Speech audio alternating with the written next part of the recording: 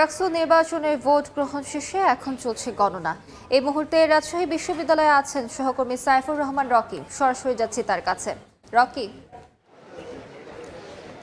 রাকসু নির্বাচনের ভোট গ্রহণ শেষ হওয়ার প্রায় 4 ঘন্টা পর ফলাফল এই গণনা শুরু হয়েছে। এই ব্যালট আপনারা দেখতে পাচ্ছেন আমার পেছনে যে দৃশ্যটি, এখন কিন্তু কিছুক্ষণ আগেই এই ফলাফল গণনা শুরু করেছে।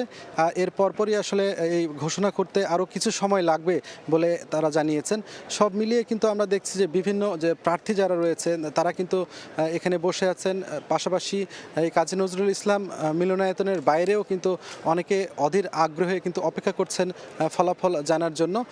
এখন আসলে গণনা কার্যক্রম চলছে। এই গণনা কার্যক্রম চলতে আসলে প্রায় 17 ঘন্টার মতো লাগবে বলে জানিয়েছেন প্রধান নির্বাচন commissioner doctor F Nazrul Islam. এর আগে আপনারা জানেন সকাল 9টা থেকে বিকেল 4টা পর্যন্ত বিরতিহীনভাবে ভোটগ্রহণ অনুষ্ঠিত হয়েছে রাকসুর, এবং শান্তিপূর্ণ পরিবেশে ভোটগ্রহণ অনুষ্ঠিত হয়েছে। বড় ধরনের কোনো অভিযোগ না পেলেও ছাত্রদল এবং ছাত্র শিবির সমর্থিত প্যানেলের পক্ষ থেকে কিন্তু পাল্টাপাল্টি অভিযোগ করা হয়েছে। নির্বাচনে কিছুটা প্রভাব বিস্তার করার, বহিরাগত এনে সে ক্যাম্পাসে প্রভাব বিস্তার করা হয়েছে, এ ধরনের কিছু অভিযোগ তাদের পক্ষ থেকে ছিল। তবে গুরুতর কোনো অভিযোগ কিন্তু তাদের পক্ষ থেকে কিন্তু পাওয়া যায়নি। তারা যেটি বলছেন যে নির্বাচনের ফলাফল যেটি হোক, শিক্ষার্থীরা যাদেরকে আসলে ম্যান্ডেট দিক তারা নির্বাচনের ফলাফল মেনে নেবেন, এমনটি আসলে বলছেন। আমরা যদিও এখনও নির্বাচনের যে পুরো আনুষ্ঠানিকতা এখনও কিছুটা ঘাটতি রয়েছে, এখনও পুরোপুরি কার্যক্রম আসলে শুরু হয়নি। আমরা স্ক্রিনে আসলে সেই দৃশ্য আসলে কিছুক্ষণ পরপর বন্ধ হয়ে যাচ্ছে, এখানে কিছুটা বিঘ্ন ঘটছে।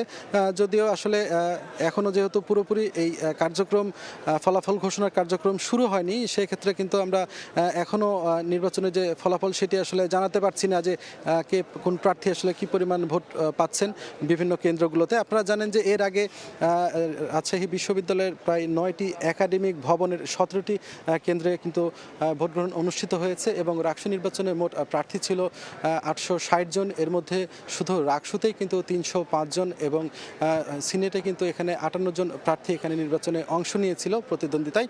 সব মিলে শান্তিপূর্ণ পরিবেশে বলা চলে ভোট গ্রহণ শেষ হওয়ার পরে এখন কিন্তু ভোট গণনা চলছে। কিছুক্ষণ পর থেকে হয়তো এই ফলাফলগুলো ঘোষণা করা শুরু হবে আর কি। তো এই ছিল আমার কাছে রাকসু নির্বাচনের ফলাফল ঘোষণার সর্বশেষ। সরাসরি যুক্ত ছিলাম রাজশাহী বিশ্ববিদ্যালয়।